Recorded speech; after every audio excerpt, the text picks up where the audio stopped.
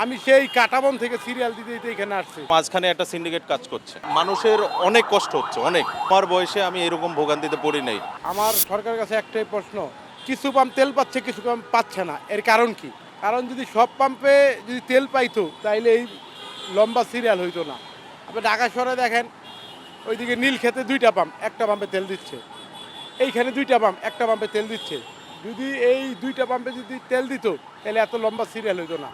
আমি সেই কাটাবন থেকে সিরিয়াল দিতে দিতে এখানে আসছি। তো আমরা সাধারণ লোক, আমরা তো একটা চাকরি করি, ব্যবসা বাণিজ্য করি। এই যে দেখেন, আমার এই বাইকটা ব্যবসার জন্য খুব জরুরি হয়ে দাঁড়াইছে। এই বাইকটা যদি থাকে আমি সারাদিন বিভিন্ন জায়গায় দৌড়ে ব্যবসা বাণিজ্য করতে পারি। আমার এখন প্রায় 3 ঘন্টা চলে গেছে তেলের জন্য, তা আবার টাঙ্কি ফুল না, 600 টাকার তেল দিতেছে। আরও আমার 40 মিনিট লাগবে। এই যে সময়টা অপচয় হইতেছে, তো এটার জন্য কে দেয়? ভোগান্তি এটা চরম শীর্ষে। আর কে কি করছে আমি জানি না, বাট আমার বয়সে আমি এরকম ভোগান্তিতে পড়ি নাই। আমি যদি এখন 500 টাকার তেল ভরি, আমার হয়তো বা 2 বা 3 দিন যাবে, আমার আবার এইটা করতে হবে। আর এটা প্রতিদিনই হচ্ছে, কিন্তু কিছু অসাধু লোকজন করতেছে কি, এখন তেল ভরে তেলটা রাইখা আবার আইসা ভরতেছে, এদের জন্য লাইনটা দীর্ঘ হচ্ছে। আর এটা মানুষের অনেক কষ্ট হচ্ছে, অনেক। এই রোদে ডিহাইড্রেশন হয়ে যাচ্ছে। মানে আমরা তো 1.5 ঘন্টা যাবত রোদে দাঁড়ানো, 1.5 ঘন্টার বেশি।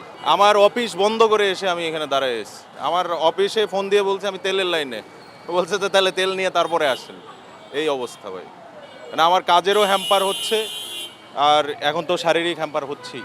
সরকারকে এটা আসলে মানে ওনাদের উচিত যে আসলে সব কিছু ঠিকভাবে মেনটেন করে, আর যারা এই যে বিভিন্ন জায়গায় তেলের লিটার পাওয়া যাচ্ছে, কয়েক হাজার টন টন লিটার এগুলো বন্ধ করতে হবে ভাই। এগুলো বন্ধ করলে সব স্বাভাবিক হয়ে যাবে। আর তেল পাম্পগুলো যেগুলো বন্ধ আছে এগুলো খুলে দিক, সবাই যাতে পর্যাপ্তভাবে পায়। সব জায়গা থেকে যদি আমি তেল নিতে পারি, তাহলে মানুষজন এই 500-600 একবারে নিবে না।